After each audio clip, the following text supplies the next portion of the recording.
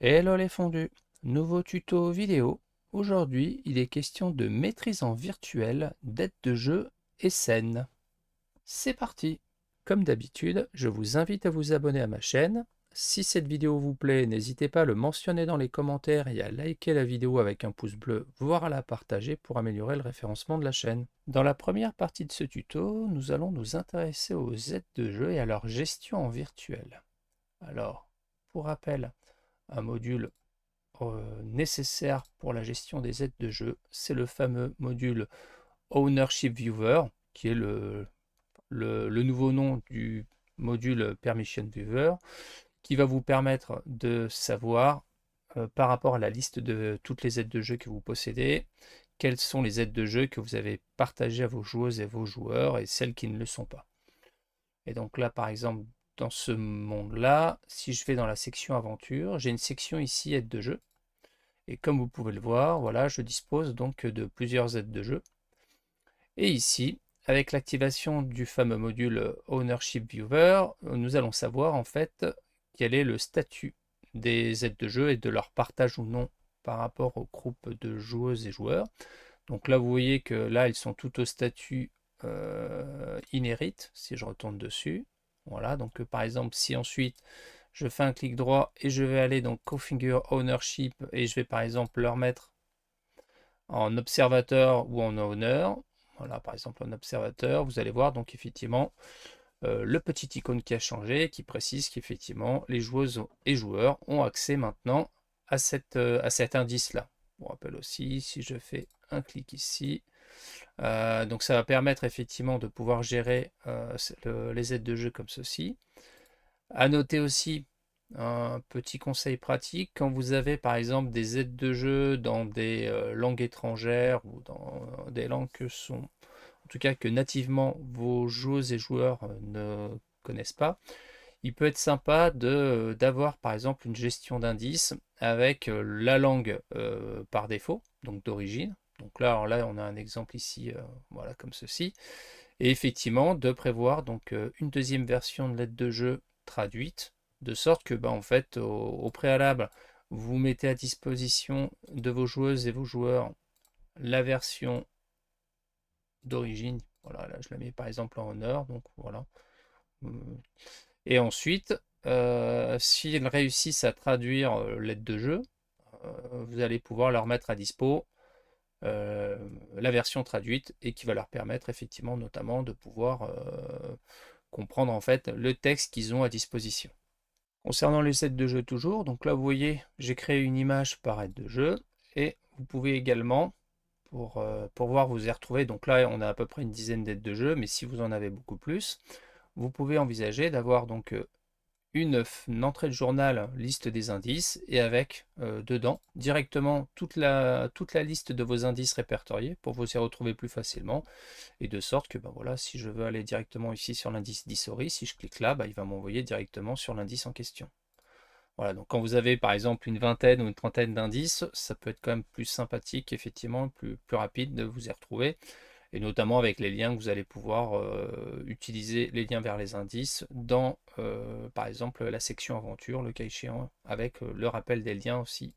Concernant les aides de jeu, toujours dans Foundry, un module bien pratique qui peut améliorer l'immersion, c'est le module Polyglotte qui se trouve ici, voilà, enfin que j'ai installé là, voilà, qui s'appelle Polyglotte ici, qui va permettre, alors selon les systèmes, parce qu'il n'est pas opérationnel pour tous les systèmes, mais par exemple pour certains systèmes qui gèrent la gestion des langues, comme par exemple Warhammer, il y a la possibilité effectivement de s'entretenir dans les différentes langues proposées dans l'univers du jeu. Par exemple là ici, vous voyez donc dans la fenêtre de chat, avec une fois le module polyglotte d'activer, j'ai le module langage ici, et j'ai toutes les langues parlées dans Warhammer. Donc ça peut aussi améliorer le côté immersion en partie et de jeu. Donc par exemple, si nos joueuses et joueurs sont en train de discuter avec un nain et que celui-ci parle dans sa langue,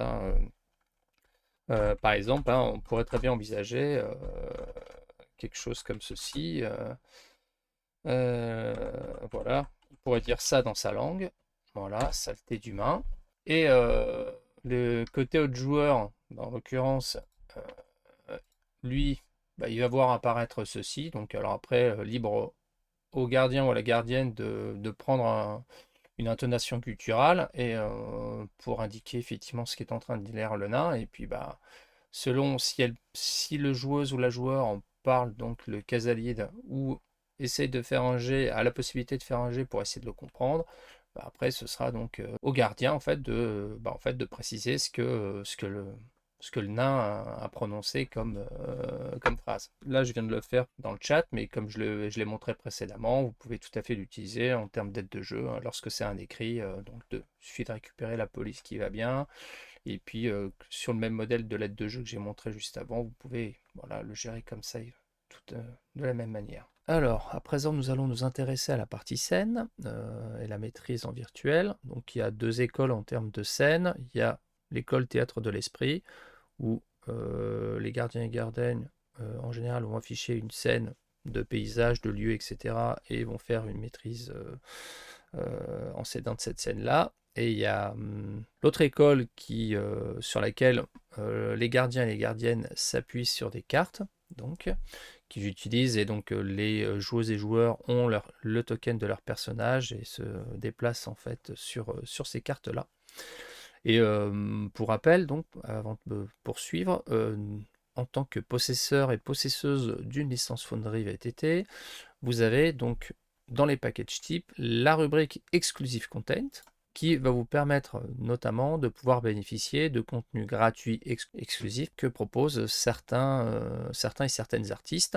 Alors, vous allez avoir éventuellement du contenu musical avec des packs de musique, vous voyez, comme Even Dutch Music Pack, Tabletop RPG Music, etc. Mais aussi, surtout, vous allez avoir effectivement des cartes virtuelles gratuites, comme par exemple Mad Cartographer, qui va vous proposer donc effectivement des cartes gratuites que vous allez pouvoir notamment utiliser pour vos aventures. Et vous allez en avoir d'autres comme Forgotten Adventures Battle Maps qui propose également la même chose. Voilà. Il suffit d'aller un peu parcourir. Voilà, la même chose avec Elven Tower Free Maps. Donc Map Doctor qui propose aussi un bundle gratuit. Donc c'est du contenu directement utilisable pour vos parties que vous allez pouvoir donc installer directement. Et si le matériel vous intéresse, vous allez pouvoir effectivement vous abonner à leur Patreon pour avoir du contenu supplémentaire. Par exemple, tout comme moi, à titre personnel, j'aime beaucoup les cartes que propose Love Maps, que ce soit pour du Cthulhu ou pour du médiéval fantastique qui propose depuis peu. Et donc voilà, donc c'est du contenu que vous allez pouvoir en fait utiliser. Et donc pour rappel, hein, rien de plus simple, hein, vous allez dans les add-on modules, vous allez cliquer sur Install Modules et vous allez chercher. Alors bon, si je prends le cas de, je sais pas moi, Love Maps, je pense qu'il doit avoir par exemple un module gratuit. Ou alors c'était peut-être directement les maps, donc bon voilà, mais sinon si je prends le Forgotten Adventure, si je fais une recherche sur Forgotten Adventure ici, vous voyez, donc là, voilà, j'ai un échantillon de Battle Maps ici que je vais pouvoir installer, voilà, directement, et que je vais pouvoir après donc utiliser dans mon monde. Ce qui va être bien pratique pour celles et ceux qui veulent maîtriser par exemple avec des cartes. Et donc par exemple, si derrière, j'en sais rien, moi, je vais aller, voilà, je vais prendre un monde Dragonbane ici, voilà, hop, comme ceci, et je vais aller l'ouvrir, hop, tac, et je vais pouvoir ensuite aller voir si je prends le Forgotten Adventure, voilà, qui est là, voilà, si je l'active, qu'est-ce qu'il va nous proposer comme maps? Alors, tac, alors, tac. Donc ça, c'est celle de Love Maps hein, que j'avais pu présenter également. Voilà, les Forgotten Adventures. Alors, il est en train de... Voilà, il propose des aventures. Voilà, que vous allez pouvoir également... Il va falloir voilà, cliquer sur le tax free. Et donc tout ça, c'est gratuit. Voilà, donc par exemple, je vais télécharger celle-ci. Embuscade de gobelins. Voilà, hop. Voilà, j'ai récupéré la scène. Si je fais un close. Donc là, je vais... Voilà, donc j'ai cette map ici. Vous voyez, donc il y a quelques arbres aussi qui sont tracés. Et donc, on va pouvoir, si je dépose un token...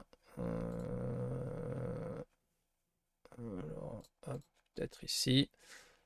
Voilà, je vais prendre un pré-tiré. Tac. Voilà, et donc on a même du son ici, comme vous pouvez l'entendre.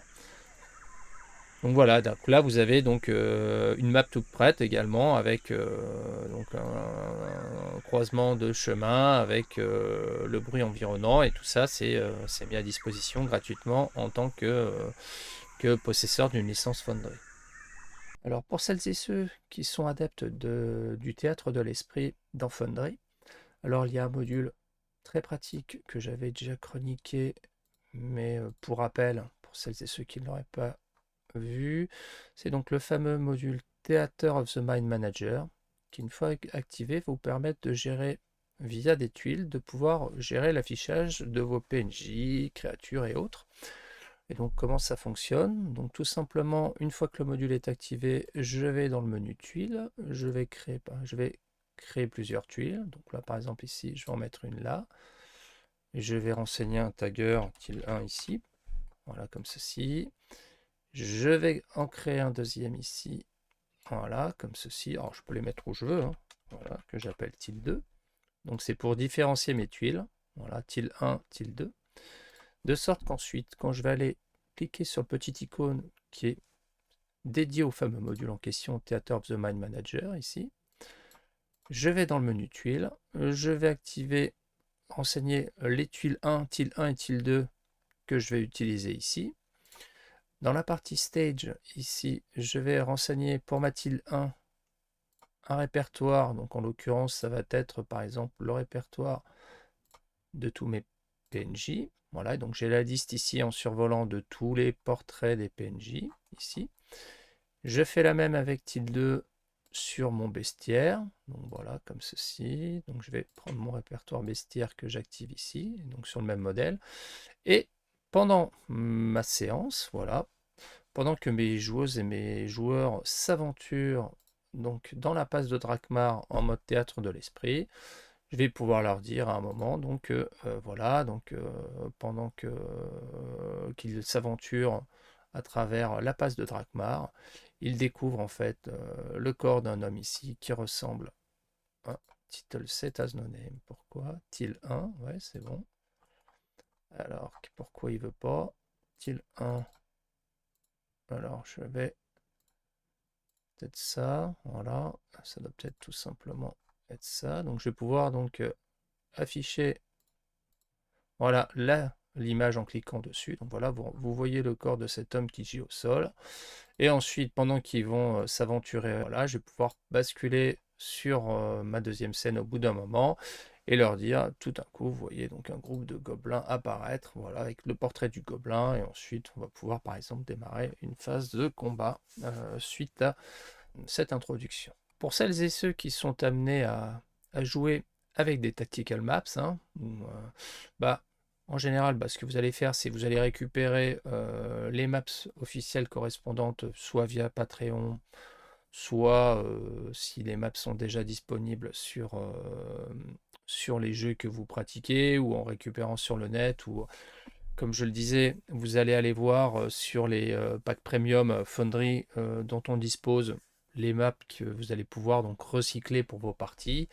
Et ensuite, vous allez être en mode préparé, donc de tracer les murs, les ombres, etc. Et puis ensuite, vous allez y glisser vos tokens pour gérer en fait votre rencontre, hein, comme d'habitude, tout simplement, avec donc vos créatures, vos pré-tirés que vous allez mettre, voilà, de vos joueuses et vos joueurs, et puis ensuite vous allez jouer directement dans ce mode de fonctionnement là. Pour celles et ceux qui souhaitent pratiquer en fait à la fois du théâtre de l'esprit et des tactical maps, il y a l'excellent module que j'ai déjà présenté, mais bon, c'est toujours bon de le rappeler, qui est le module Tactical Map, qui va vous permettre effectivement de basculer d'un d'un mode de gestion de maîtrise à l'autre via donc la configuration de votre scène.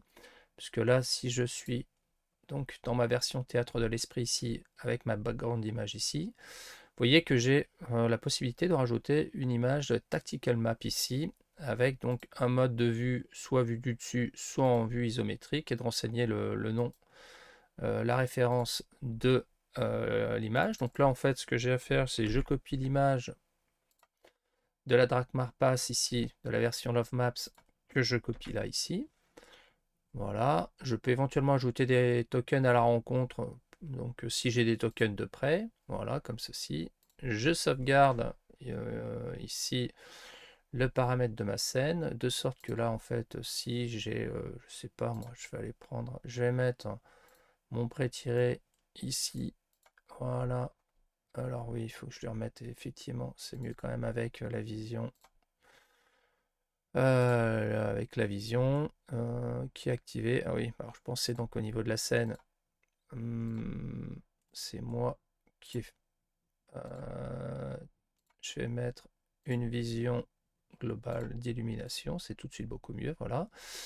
Et donc, comme je disais, j'ai donc mes gobelins qui arrivent ici. Donc voilà, mettons, tac, j'en mets deux là, comme ceci. Voilà. Et donc au niveau de ma scène, je suis en pleine maîtrise. Vous voyez ici ensuite que j'ai Toggle Tactical Maps. Donc voilà, quand je vais cliquer dessus, on the active scene, ah bah oui, forcément, j'active ma scène ici. Donc nous sommes sur cette scène-là. Voilà. Et ensuite, quand je vais cliquer là, hop, nous basculons sur l'autre scène. Voilà. Et je vais pouvoir ensuite, alors bon, il faudrait que j'ai pas préparé, mais c'est pas grave, que j'y mette mes fameux acteurs. Donc là, je dois avoir, bah, ils sont là en fait, hein. Tac, je vais les déplacer là. Tac, comme ceci. Bon, un peu de préparation là en l'occurrence. Bon, vous voyez, je le fais en live, donc c'est un peu plus compliqué. Mais là, en tout cas, ici, en même temps, au niveau de ma rencontre, j'ai donc mes deux gobelins et mon archimage qui viennent d'être ajoutés à la rencontre et je vais pouvoir démarrer mon combat. Dernière partie de ce tuto que je souhaite aborder, c'est la préparation virtuelle en tant que telle. En effet, en tant que MJ, qui dit jouer en virtuel, dit que nous devons préparer en fait nos aventures en amont, avec donc tous les portraits de PNJ de l'aventure que l'on va jouer, ou la campagne, de même avec toutes les scènes d'ambiance si on joue en théâtre de l'esprit, ou toutes les cartes sur lesquelles les tokens des joueuses et des joueurs vont évoluer dans le cadre des différentes sessions de l'aventure. Et donc, toute cette préparation, quand bien même on est perfectionniste, par exemple, en ajoutant un maximum de portraits supplémentaires, avec voilà, une multitude de portraits de PNJ. Voilà, exemple, là j'en ai peut-être voilà, j'en ai un peu plus de 200 ici. De même avec les scènes d'ambiance, là je prends le cas, voilà, j'ai 134 scènes d'ambiance. Mais en fait, il va arriver un moment où vos joueuses et vos joueurs vont prendre des décisions et il va vous falloir donc improviser et ne pas avoir forcément le portrait du PNJ qui va bien ou l'image de scène qui va bien. Et donc, quand on est un peu quand on maîtrise en virtuel, il y a ce côté en fait où on est sur des rails et les joueuses et les joueurs, bah, en fait, quand ils sont habitués à avoir des portraits de PNJ ou des images de scène, bah, se disent bon bah tout va bien, on est sur des rails, là on a le portrait, donc ça doit être un personnage de l'aventure ou de la campagne, donc tout va bien. Que part, on est sur des rails, on est sur la bonne voie puisqu'on a un portrait qui correspond bien au type d'image auquel on s'attend et donc tout roule. Pallier à ce côté-là et le fait que justement bah, on a beau être perfectionniste, bah, on n'aura pas forcément tout le portrait, à chaque fois le portrait du PNJ qui va bien ou l'image de scène qui va bien. Une astuce, c'est de ne pas forcément présenter ou afficher en fait le portrait du PNJ que les joueuses et les joueurs rencontrent, quand bien même vous l'avez. De même pour la scène, de sorte que ben, si vos PJ arrivent dans une scène, je ne sais pas, par exemple, donc ils sont dans une grotte, voilà, ou dans une forêt, je vais peut-être leur dire, bah voilà, vous voyez une grotte, etc. Vous arrivez devant une grotte, mais je vais peut-être pas forcément leur montrer l'image de la grotte, ni par exemple le contenu à l'intérieur de la grotte. Je vais leur dire, vous voyez, bon, donc bah, une grotte, ouais, vous aventurez dans la grotte, d'accord, bah, vous voyez que votre grotte, elle est assez sombre, enfin, la matière, ça ressemble à du calcaire, et cetera. Mais voilà, je ne présente pas la scène, jusqu'à un moment donné où peut-être, je vais, selon en fait leurs actions et cetera, je vais leur dire: vous arrivez effectivement dans une pièce, voilà, et vous vous retrouvez confrontés à ça. Par exemple, ils se retrouvent, peut-être surpris par cette image de scène, tout en restant donc, sur une scène standard, ou alors j'aurais pu partir sur une image de landscape type, donc voilà, donc OK, bon, vous vous dirigez, dans la grotte, et donc je vais peut-être, mettre cette image de scène-là, donc puisque moi j'ai pas peut-être pas forcément, la scène, ou je ne vais pas leur montrer la scène directement. De sorte que bon, voilà, ça peut semer éventuellement le doute à vos joueuses et à vos joueurs. De même pour par exemple pour les portraits de PNJ. Et ce procédé-là, je l'avais par exemple appliqué sur la campagne Les Encagés pour Cthulhuac, où mon groupe de joueuses et de joueurs, proche du final de la campagne, ils se rendent à un endroit particulier, ils rencontrent des PNJ en particulier. Et en fait, toute cette scène-là, alors que j'avais par exemple la map du lieu qui était déjà toute prête, et j'avais notamment les portraits des PNJ également, mais je ne leur ai pas montré sur le moment. On l'a joué effectivement, donc on avait une image de scène de paysage. Donc là, en l'occurrence, pour les Encagés, c'était une image de la campagne bordelaise. Puis on a fait cette scène un peu sans portrait, sans image particulière du lieu. Et à la fin de cette rencontre, le comportement d'un des PNJ les a fait un peu tiquer. Ils ont quitté les lieux, ils sont partis. Le temps d'un peu d'échanger ensemble pour la suite à donner, suite à ce qu'ils venaient en fait de découvrir. Et ils ont décidé de retourner en fait dans ce lieu en question. Et c'est une fois qu'ils sont retournés dans ce lieu que je leur ai afficher la carte sur laquelle ils avaient leur token et qu'ils allaient évoluer, et je leur ai montré notamment les portraits des des PNJ qu'ils avaient pu rencontrer. Et voilà, c'est ce qui fait qu'effectivement, ça leur a donné, enfin, ils n'étaient pas forcément sûrs que les PNJ avec qui ils échangeaient, c'était des PNJ importants, parce que je leur avais pas montré les portraits. Et puis c'est une manière aussi, voilà, de ne pas toujours se reposer sur les images qu'on va nous présenter ou qu'on ne va pas nous présenter en tant que MJ, puisque joueuses et vos joueurs ne seront pas systématiquement, si les protagonistes avec qui ils sont en train de converser, par exemple, sont importants ou non dans le cadre de l'aventure ou de la campagne. Et puis si vous leur présentez un grand méchant, que vous leur mettez pas le portrait, et que au final ils se disent tiens, on n'a pas de portrait, on passe pas plus de temps avec lui, tant pis pour eux. J'espère que ce tuto sur la maîtrise en virtuel, les aides de jeu et les scènes vous aura intéressé. N'hésitez pas à réagir dans les commentaires, et quant à moi, je vous dis à bientôt pour une prochaine vidéo.